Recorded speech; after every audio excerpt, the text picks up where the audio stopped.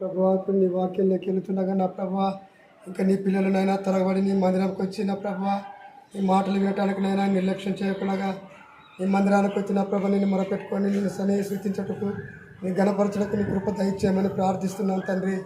అవును ప్రభువా నీ దాసుని నిలబెట్టుకొని ఇప్పుడు నీ మాటలు మాట్లాడుతుండగా నేను ఆ సంఘంలో తండ్రి మరి నీ పిల్లలకు ఏం అవసరమో తండ్రి వాక్యం వినిపించేటట్టు నీ కృప దయచేయమని నీ దాసుని ఆశీర్వదించి కనకరించి ప్రభువా మీరు మాట్లాడమని యేసుక్రీస్తు నామమున బట్టి ప్రార్థించి అడిగి కూర్చున్నాను తండ్రి. ఆమేన్. ఇంతవరకు ప్రభావ పాటలు పాడాము, గణపరిచినాము ప్రభావ స్తోత్రాలు దయగల దేవుడు కనుక అయ్యా ప్రభా పైన వాదవాది వచ్చి ఆదివారం ప్రభా ఎంతోనైనా గ్రామమును సంఘమును కాపాడిన దేవుడు కనుక అయ్యా తండ్రి మేము మర్చిపోయిన మరణ దేవుడు కనుక నమ్ముతున్నాము ప్రభా. ఇదిగోనైనా లోకముల ప్రభా శాశ్వతమైన కాదు నైనా ఎంతమంది ప్రభా కుటుంబంలోనైనా బలహీనత ఉన్నారో నైనా నీకు తెలుసును ప్రభా. అందరూ హృదయం ఎరిగిన దేవుడు కనుక ప్రభా ఉదయకాలంలో ప్రభా మేము శుద్ధిస్తున్నాము దేవా. ఇదిగోనైనా నీ మాటలు ప్రభా ఏమి సంఘానికి అవసరమోనైనా నీ మాటలు ప్రభా మనం విని అందరూ ప్రభా ఘర్షించే హృదయం దయచేయమని ప్రభా నీ దాసుని ద్వారా ప్రభా ఎన్ని మాటలు వినిపించిన దయచేయమని ఇదిగోనైనా దయగల దేవుడు శక్తి బలం దయచేయమని ఇదిగో తండ్రి సంఘాన్ని ప్రభా నీ చేతులకు పంపించిన పరిశుద్ధాత్మ నింపండి ప్రభు. గ్రామాన్ని నాయన సాతాను దూరపరచమని యేసునామం అడిగి వేడుకుంటున్నాం తండ్రి. యోహాను సువార్త 6వ అధ్యాయము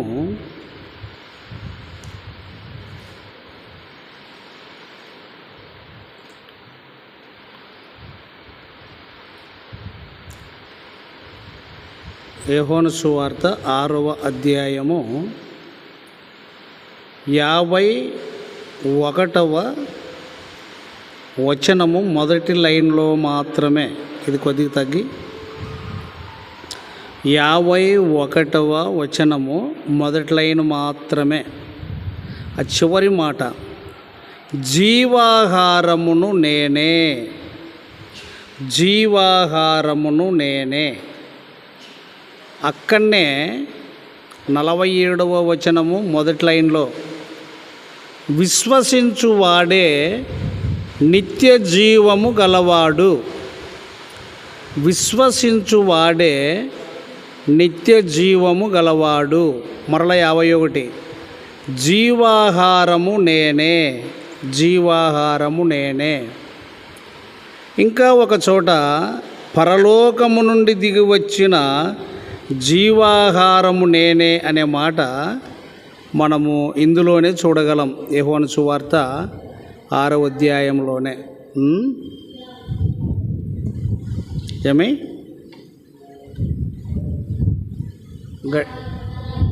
సరే సరే సరే మంచి మాటనే జ్ఞాపకం ఉంచుకోవడము. ఆహారము, ఆహారము అంటే మనకు శరీరీతిగా మన దేహానికి ఆహారము మనము గుర్తు చేసుకుంటాం భౌతికంగా, అంటే ప్రకృతి రీత్యా భౌతికంగా. జీవాహారము అనే మాటను కొంచెం మనము ధ్యానం చేస్తే నరుడు జీవాత్మ ఆయను అనేది వెనకటికి ఆదికాండము 2వ అధ్యాయము తీసిన వారు చదవండి. ఇక్కడ మనిషికి దేవునికి గొప్ప సంబంధం ఉన్నది, బాగా గుర్తుపెట్టుకోవాలి. మనిషికి దేవునికి గొప్ప సంబంధం ఉన్నది. జీవవాయువును ఊదగా దేవునికి కొన్ని నామాలు అంటే బిరుదులు ఉన్నాయి. కొన్ని జీవము గల దేవుడు అనే, జీవాధిపతి అనే. దేవునికి జీవము గల దేవుడు, జీవాధిపతి అనే. మనకు కూడా ఒక పేరుంది. యేసై తన కుమారుడైన దావీదుని తన అన్నగారు సైన్యంలో ఉన్నప్పుడు పంపుతూ ఉండగా దావీదు వస్తూ గొల్యాతు పలికే మాటలు వింటాడు. విని జీవము గల దేవుని సైన్యములను తిరస్కరించు అనే మాట అంటాడు. జీవము గల దేవుని సైన్యములను తిరస్కరించు ఈ సున్నతి లేని ఫిలిస్తీయుడు ఎంతటి వాడు అని. అంటే మనందరికీ, అంటే విశ్వసించిన వారందరికీ జీవము గల దేవుని సైన్యము, ఆ మాట చూద్దాం. చూడండి, 1 సమూయేలు గ్రంథము 17:26.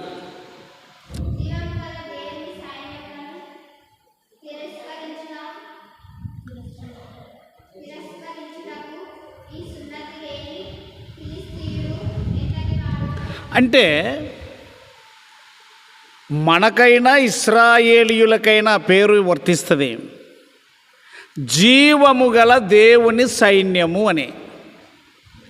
జీవము గల దేవుని సైన్యము అని మీరు బాగా గుర్తుపెట్టుకోవాలి. ఏమిటి గుర్తుపెట్టుకోవాలి అంటే, జీవాహారము నేనే అన్నాడు. ఆహారము, జీవాహారము నేనే. పైన 41 ఏమన్నాడు? విశ్వసించువాడే నిత్య జీవము గలవాడు అని. నేలమంటితో నరుని నిర్మించి వారి నాసికారంధ్రములలో జీవవాయువును ఊదగా నరుడు ఏ ఆత్మ ఆయను? అంటే జీవము ప్లస్ ఆత్మ, ఆత్మ ప్లస్ జీవం, మైనస్ కాదు, తీసివేత కాదు. మరి ఒక చోట మనం చూస్తే నరుని ఆత్మ యెహోవా పెట్టిన దీపము. నేను దగ్గరకు కుదించి ఏం మాట్లాడుతున్నాను అనంటే, చాలా సంఘాలలో, ఊర్లలో కొన్ని దినాలు కేటాయించుకొని కొన్ని దినాలు వదిలిపెట్టేస్తారు. ఇది చాలా బాధాకరమైన విషయం. ఆహారము అనే మాటను జ్ఞాపకం చేసుకున్నాం. జీవాహారము నేనే, జీవాత్మ మనలో ఉన్నది. నరుడు రొట్టె వలన మాత్రము కాదు కానీ దేవుని నోటి నుండి వచ్చు ప్రతి మాట వలన జీవించును అని వ్రాయబడి ఉన్నది. మనలో ఉండబడిన దేవుని జీవాత్మ అది మన ఆత్మగా ఉన్నది కాబట్టి రోజు దీనికి జీవవాక్యం అవసరం. ఇంట్లో రోజు దీపం ఉండాలనా? ఇంకా మాట్లాడకుండా ఉంటే నాకు కోపం వస్తుంది. ఇంట్లో రోజు దీపం ఉండాలనా? రైట్. మనకైతే ఇంతకుముందు గోడ గడియారాలు కీ ఇచ్చేటివి ఉండే, అలారము లలాటకం కొట్టుకునేది, కీ ఇస్తేనే నడిచేది. మనకైతే దేవుడు 70 ఏండ్లు 80 ఏండ్లు కీ ఇచ్చేశాడు. అంటే గుండె కొట్టుకోవడానికి, శ్వాస ఆడడానికి, ఊపిరితిత్తులు గాలి గుంజుకోవడానికి. దేవుడు మానవునితో నిత్య సంబంధం కలిగి ఉన్నాడు. కానీ ఈ మానవుడు బలహీనుడై ఆదివారం ఒక్కటి వస్తాడు, బుద్ధి పుడితే ప్రార్థన పెట్టించుకుంటాడు ఇంటికాడ, లేకపోతే అసలే ఖతారు చేయడు దేవుణ్ణి. దినమంతా చేతులు చాస్తున్నాడు అంటున్నాడు. ఇందులో 2 గుంపులు ఉన్నాయి. యెషయా గ్రంథము, యెషయా 65:2 చూడి. అనుసరించి నడుచుకొనుచు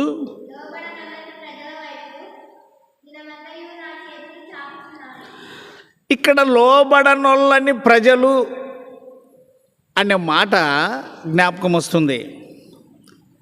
నిర్గమాకాండం 32:33 కనుక చూస్తే ఇశ్రాయేలు ప్రజలను గురించి అన్నాడు, మీరు లోబడనొల్లని ప్రజలు అన్నాడు. లోబడనొల్లని ప్రజలు. యెషయా గ్రంథం 30వ అధ్యాయం కనుక 1వ వచనం చూస్తే చూడండి. యెషయా గ్రంథం 30వ అధ్యాయము 1వ వచనం చదువు. లోబడని పిల్లలకు శ్రమ అన్నాడు అక్కడ. లోబడని పిల్లలకు శ్రమ. ఇక్కడ 65లో మనం చూసినప్పుడు యెషయా గ్రంథంలో లోబడనొల్లని ప్రజలు అని అంటే విశ్వసించిన మనము, నమ్మిన మనము ఎవరిని అనుకుంటామంటే ప్రభువుని నమ్మని వారు, దేవుణ్ణి నమ్మని వారు అనుకుంటాము. విశ్వసించిన వారు కూడా లోబడలేదు. ఇశ్రాయేలు ప్రజలు విమోచింపబడిన వారే మీరు లోబడనొల్లని ప్రజలు అన్నాడు. కాబట్టి ఆహారము ఆత్మకు అవసరమై ఉన్నది. కాబట్టి ఇది 8 వద్దులకో పారి, 3 వద్దులకో పారి, 4 వద్దులకో పారి సరికాదు. ఇంట్లో దీపము ఎన్ని వద్దులకో పారేస్తారండి? ప్రతిరోజు ఇంట్లో దీపం ఉండాలి. ప్రతిరోజు ఇంటిని శుభ్రం చేయాలి. ఒకవేళ అవసరాన్ని బట్టి మధ్యాహ్నం శుభ్రం చేయకపోయినా పొద్దున్నే తప్పక శుభ్రం చేయాలి, సాయంకాలం కూడా తప్పకుండా శుభ్రం చేయాలి. ప్లేట్ అయితే మనం తినేటప్పుడంతా చేతులు శుభ్రం చేసుకుంటాము, ప్లేట్ కడుక్కుంటాము, చెంబు కడుక్కుంటాము, శుభ్రత. కనుక జీవాహారము, దేవునితో జీవించాలి. హనోకు దేవునితో నడిచాను. ఎప్పుడెప్పుడు నడిచాడు? అప్పుడప్పుడు నడవలేదు. కనుక ఈ రాత్రి ఈ మైకు ద్వారా వింటున్న వారందరికీ నేను చెప్పేది ఏమిటంటే, దేవునితో నీవు నిత్యము సంబంధం కలిగి ఉండాలి. ప్రతిరోజు సంబంధం కలిగి ఉండాలి. నీ శ్వాస, నీ ముక్కులో శ్వాస అప్పుడప్పుడు కాదు పనిచేసేది. 70 ఏళ్ళు 80 ఏళ్ళ వరకు నువ్వు శ్వాస పీలుస్తూనే ఉన్నావు. అది ఇబ్బందికరంగా ఉంది అంటే మంచిగా పనిచేయడానికి హాస్పిటల్కి వెళ్తావు. అట్లనే జీవాత్మ ఆయను, జీవాహారము నేనే, జీవవాక్యము, జీవము గల దేవుని సైన్యము. కాబట్టి జీవము కలిగిన దేవుని సన్నిధి అని ఉన్నది. ఎక్కడ చూడండి, తిమోతి పత్రిక 1 తిమోతి 3వ అధ్యాయము 15వ వచనం.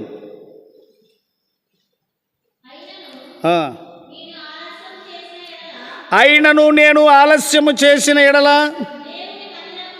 దేవుని మందిరములో, అనగా ఏ సంఘము? జీవము గల దేవుని సంఘములో జనులేలాగు ప్రవర్తింపవలెను అనే మాట ఉన్నది. దావీదు బహు స్పష్టంగా చెప్పాడు, జీవము గల దేవుని సైన్యములను తిరస్కరించు ఇతడెవడు? విశ్వసించిన మనము జీవము గల దేవుని సైన్యము, జీవము గల దేవుని సంఘము, జీవవాక్యము కలిగిన దేవుని సంఘము. కాబట్టి దానియేలు భక్తుని గురించి ఆ రాజు అన్నాడు. ఏమని అన్నాడు చూడండి, దానియేలు గ్రంథము 16వ వచనం చూడండి, 6:16.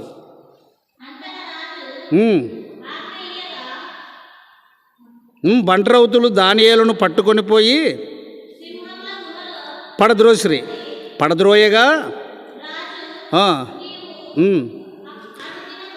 అనుదినము తప్పక సేవించుచున్న నీ దేవుడే నిన్ను రక్షించును. అనుదినము, ప్రతిదినము. భక్తులు దేవుని సన్నిధిని వదిలిపెట్టరండి.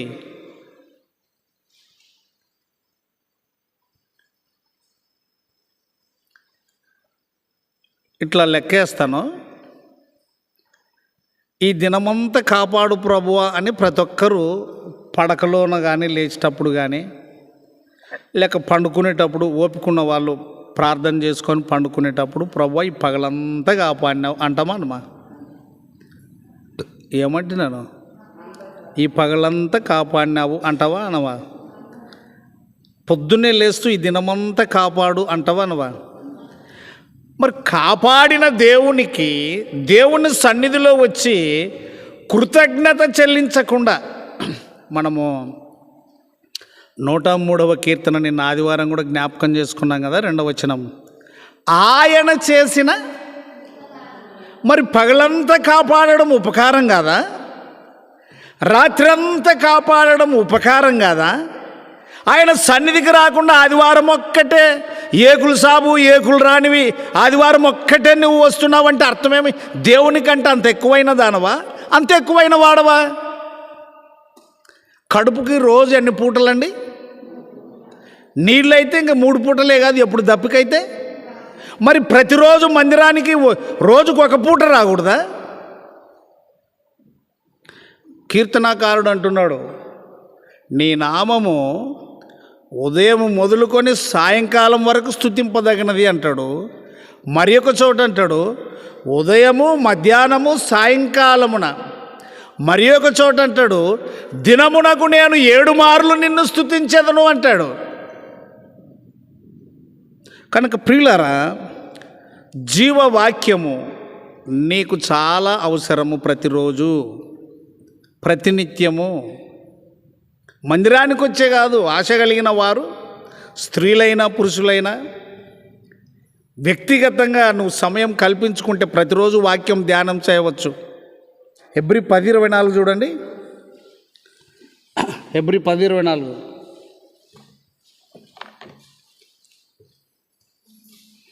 చదవండి. కొందరు మానుకొనుచున్నట్టుగా, కొందరు మానుకొనుచున్నట్టుగా సమాజముగా కూడుట మానక ఒకరినొకరు హెచ్చరించుచు చూచిన కొలది మరి ఎక్కువగా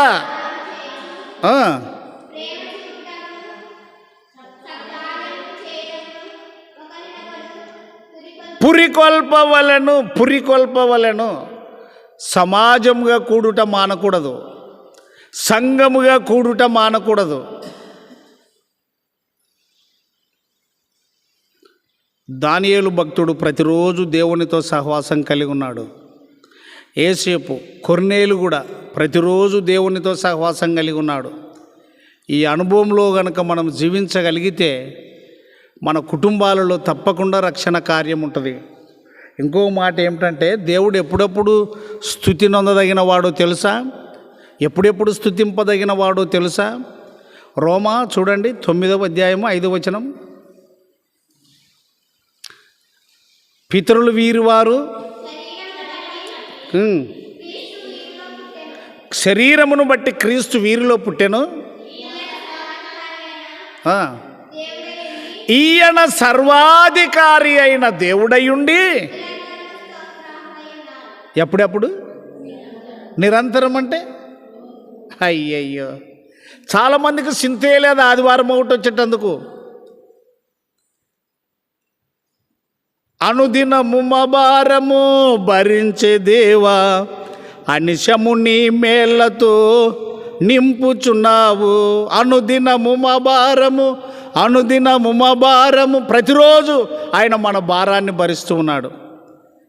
ఇక కీర్తనాకారుడు అంటున్నాడు, ఇశ్రాయేలును కాపాడువాడు కునుకడు నిద్రపోడు. మరి ఆయన ఇంత భారం కలిగి దినమంతా చేతులు మన కొరకు చాస్తే వారిని ప్రతిరోజు ఒక గంట సేపు కనపడేకి నీకు సోమరితనం ఉందంటే ఎంత కృతజ్ఞత కలిగిన వారమండి. చాలా భయంకరం, బాధకరం.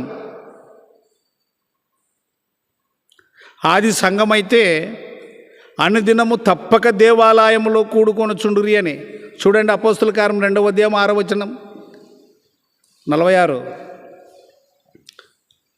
అపోస్తుల కార్యం 2:46.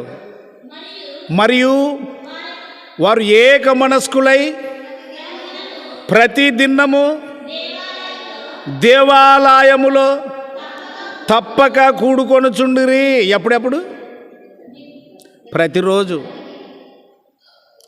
అర్థం లేకుండా పాడతారు అప్పుడప్పుడు కుటుంబ ప్రార్థనల కాడ కానీ మందిరంలో కానీ. దేవుని స్తుతించుడే ఎల్లప్పుడు, దేవుని స్తుతించుడే అట్లా పాడకూడదు.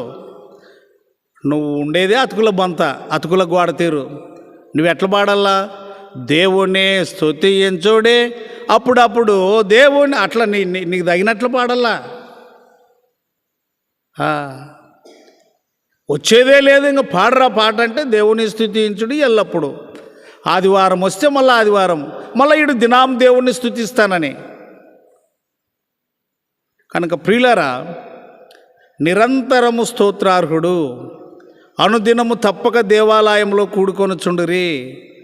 దీనినే కీర్తనకారుడు అంటున్నాడు 42వ కీర్తనలో. ఏమంటున్నాడంటే, దుప్పి నీటి వాగుల కొరకు ఆశపడినట్లు దేవా నా ప్రాణం నీ కొరకు ఆశపడుచున్నది. నేనెప్పుడు దేవుని సన్నిధికి వచ్చేదను, నేనెప్పుడు ఆయన సన్నిధిలో కనపడేదను. ఆదివారం ఒక్కటి వచ్చేది ధర్మం కాదు. ఒకవేళ సిటీ అయితే, పెద్ద పట్టణం అయితే ఎక్కడెక్కడో ఇండ్లు ఉంటాయి, ఎంతో దూరం ఉంటాయి, రాత్రిపూట పోలేరు, పగలే కూడుకుంటారు. కాబట్టి ఒకవేళ అది న్యాయమే. పల్లెటూర్లు లేమండి, అంత చర్చి గరునే ఇండ్లు ఉండేది. అంత చర్చి గారునే ఇండ్లు ఉండేది. కొన్ని మైళ్ళ దూరం పోయిస్తాం పొలాలకి. రాత్రి కృతజ్ఞతగా ఆయన సన్నిధికి రాకపోతే. అందుకే ఒక భక్తుడు అన్నాడు, లెక్కించాలేని స్తోత్రముల్ దేవా ఎల్లప్పుడూ నే పాడెదన్, దేవా ఎల్లప్పుడూ నే పాడెదన్. ఇంతవరకు నా బ్రతుకులో, ఇంతవరకు నా బ్రతుకులో నీవు చేసిన మేలకై, నీవు చేసిన మేలకై లెక్కించాలేని స్తోత్రము. యవన స్త్రీలు, యవనస్తులు. ఇంకా ఒక విచిత్రం అండి, ప్రార్థనకు రాకుండా, మందిరానికి సహవాసానికి రాకుండా అందరికి అక్కర ఎప్పుడు పుడుతుందంటే, ఒకడు చచ్చిపోయినాక గుంతకు తీసుకొని సిగ్గు లేకుండా ఆలోచన చేస్తాడు. పూర్తి ఆలోచన. యా ఊర్లో చూసినా అంతే. మా ఊర్లో అయ్యా అన్నిటికీ వస్తాడప్ప, దేవుడు పాపుల కొరకే. ఈ బుద్ధి లేనోని వాళ్ళకి మాట్లాడనీకి ఏమన్నా అర్థం ఉందా? అంటే పొద్దుమూకులు సావుకారు అయినాక ఎగరేసినా కూడా అప్పులు ఇచ్చుకుంటుంటాడు అతను సావుకారునికి. బతికుండంగా రా, నీ కొరకు వచ్చింది ఆయన. బతికుండగానే పిలిచినాడు, రా నా దగ్గరికని. చచ్చిపోయినాక కూడా నీకు ఆయనకు సంబంధం లేదు. ఈ ఏమి జనమో ఏమి లేదో, జనం మరలు జాతి మరలు గొర్రె దాటి ఉన్నట్ల దిన్నము దయదలసకుండా, ప్రార్థనకు రాకుండా పండుకుంటే దయదలసకుండా, కనికరం లేకుండా, వాక్యము వినడానికి రాకపోతే కనికరం లేకుండా, హాయిగా గొర్రె పెట్టి హారని చచ్చిపోయినాక దయ పుడుతుంది అందరికీ. అప్పుడు ప్రార్థన చెయ్యాలా, అప్పుడు వాక్యం చదవల్లా, అప్పుడు సమాధిలోనే పెట్టల్లా. ఏమన్నా అరువు ఉండదా నీకేమన్నా? అప్పుడప్పుడు అందుకొరకే మాట్లాడేది. అరువు తప్పిందానా, అరువు తప్పినోడా అంటే మర్యాద తప్పినోళ్ళం అన్నమాట. అంటే దేవుడు చింతకు చెట్టు అన్నమాట. నీకు అవసరమైనప్పుడు నంచుకునికే. నాడు వచ్చినట్లు కాదు, నేడు రాక బాలునిగా వచ్చాడు. ఇప్పుడు ఆయన బాలుడుగా రాడు, కొదమ సింహమై వస్తాడు ఆయన. కనుక యెహోవా మీకు దొరుకు కాలమునందు ఆయనను వెతకండి. పోగొట్టుపోయింది ఎప్పుడమ్మా బుడికేది? సచ్చినాకనా బతికినప్పుడా? ఇప్పుడు నా జేబులో నుంచి ఎడుదు పడిపోయింది, ఎప్పుడు బుడకల్లా? నన్ను చచ్చిపోయినాకనా? ఏదన్నా పోగొట్టుపోతే ఎప్పుడు బుడకల్లా? పోనీ ఏడ బుడకల్లా? ఏడ పోగొట్టుకునింటే?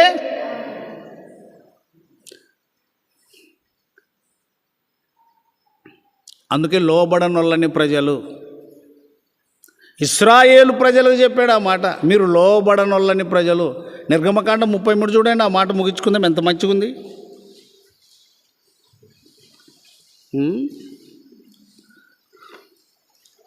దొరికిందా? 33వ అధ్యాయం.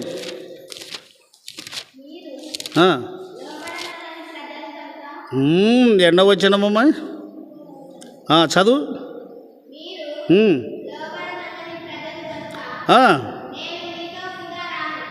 నేను మీతో కూడా ఒకవేళ వస్తే కోపం వచ్చి మిమ్మల్ని కొడతానేమో, ఆ కోపంతో వెళ్ళిపోతారేమో. మీరు లోబడనొల్లని ప్రజలు. యెషయా 31 చదువుతారు కదా, చూడేముంది? యెహోవా వాక్కిదే, లోబడని పిల్లలకు శ్రమ. కాబట్టి నేను చెప్తున్నప్పుడు తిప్పలు పడండి, బ్రతికున్నప్పుడు దయదలసండి, బ్రతికున్నప్పుడు ఏడవండి, బ్రతికున్నప్పుడు మందిరానికి మోసుకొని రండి.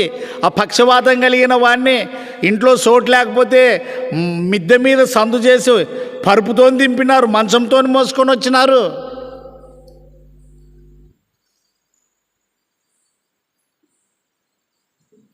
ఆయన మనల్ని గూర్చి చింత చేస్తే మనం సచ్చినోళ్ళని గూర్చి చింత చేస్తాం, బతికినప్పుడు కాదు. ఆయన మిమ్మల్ని గూర్చి చింతించుచున్నాడు గనుక. చూడా మాట 1 పేతురు పత్రిక,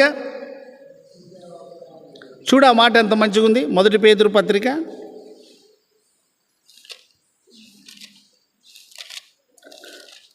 దొరికిందా? 5వ అధ్యాయము 5వ వచనం.